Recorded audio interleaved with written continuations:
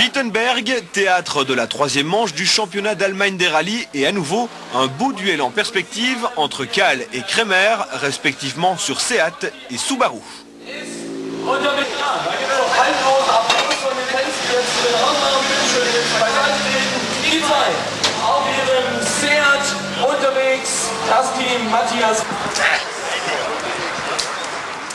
Dès le départ, Kremer sort la grosse attaque, il avale les courbes à un rythme infernal. Résultat, une crevaison et 12 secondes de perdu. Le duel commence sur de mauvaises bases. Kahl débute le rallye plus calmement, son pilotage est moins brutal. Le pilote Seat s'empare du commandement.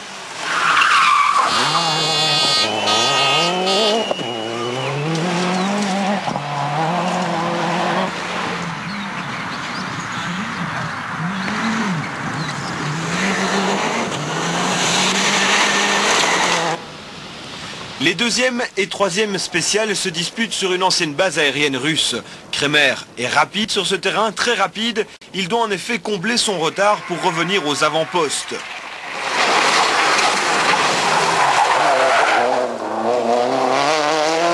Mais pour une fois, il y a une justice en rallye et cette fois, c'est Kahl qui connaît une crevaison et perd 16 secondes. Du coup, les deux hommes inversent leur position.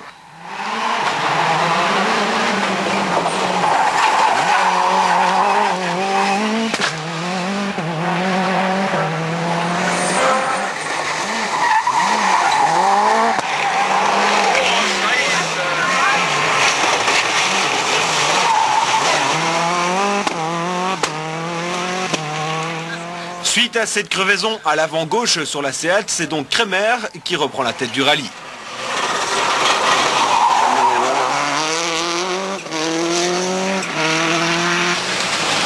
À l'assistance chez Seat, il y a du travail pour les mécaniciens.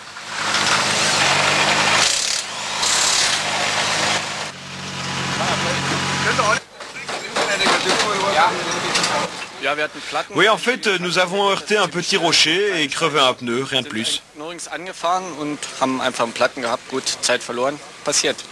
Le parcours est agréable? Oui, c'est très étroit, mais c'est plutôt amusant en fait.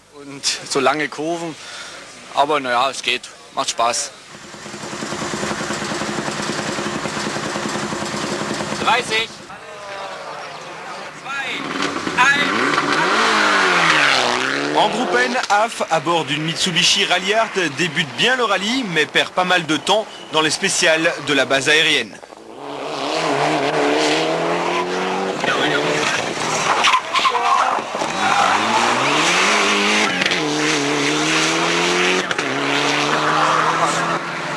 Gassner et sa Proton sont leaders du groupe N, avec derrière lui AF qui met la pression.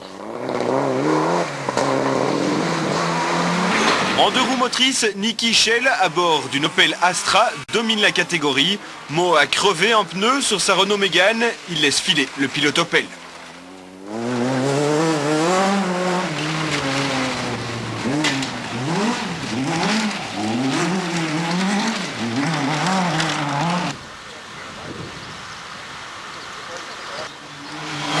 Pour Köhler et sa Skoda Octavia ex-usine, rien ne va plus, il navigue dans les profondeurs du classement. Le team est jeune et a encore beaucoup de choses à découvrir.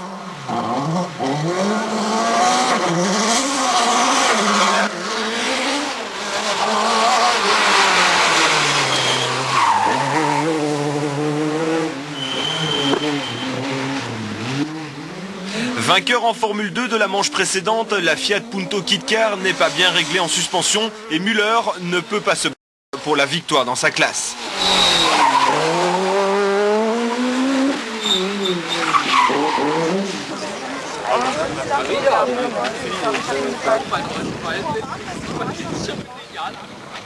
AF, deuxième en groupe N, est à l'attaque. Il est bien décidé à remporter la catégorie et remonte en troisième position du général.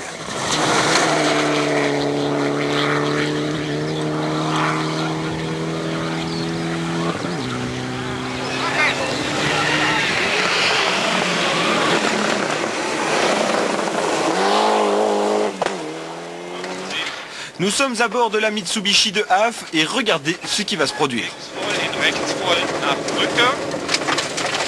70, links voll Asphaltwelle, 70 rechts. La sortie de route a endommagé la voiture, c'est l'abandon, tout bénéfice pour Gasner qui reprend la tête du groupe N.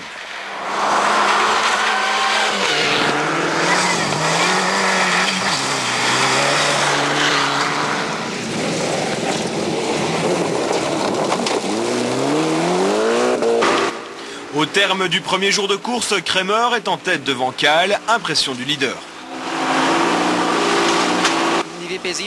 Nous avons perdu environ 30 secondes car nous avons rattrapé la voiture ouvreuse. Mais les 3 dernières spéciales ont été impeccables, la voiture est parfaite, tout comme le team d'ailleurs. Das Holzer-Team hat wirklich alle Hände voll zu tun gehabt, weil wir Fahrwerk wechseln und. Sodass sie uns ermöglicht haben, letztendlich da den Speed mitzugehen. Le deuxième jour, la course se résume à nouveau à une bagarre pour la victoire entre Kremer et Kahl. La Seat Cordoba est compétitive sur les routes allemandes. Face à d'autres teams privés, l'équipe Seat peut tirer son épingle du jeu, ce qui n'est pas encore le cas en championnat du monde face à tous les teams d'usine. Entre Kremer, le pilote Subaru, et Kahl, le pilote Seat, la lutte est des plus serrées, mais à nouveau Kahl semble mieux tirer son épingle du jeu.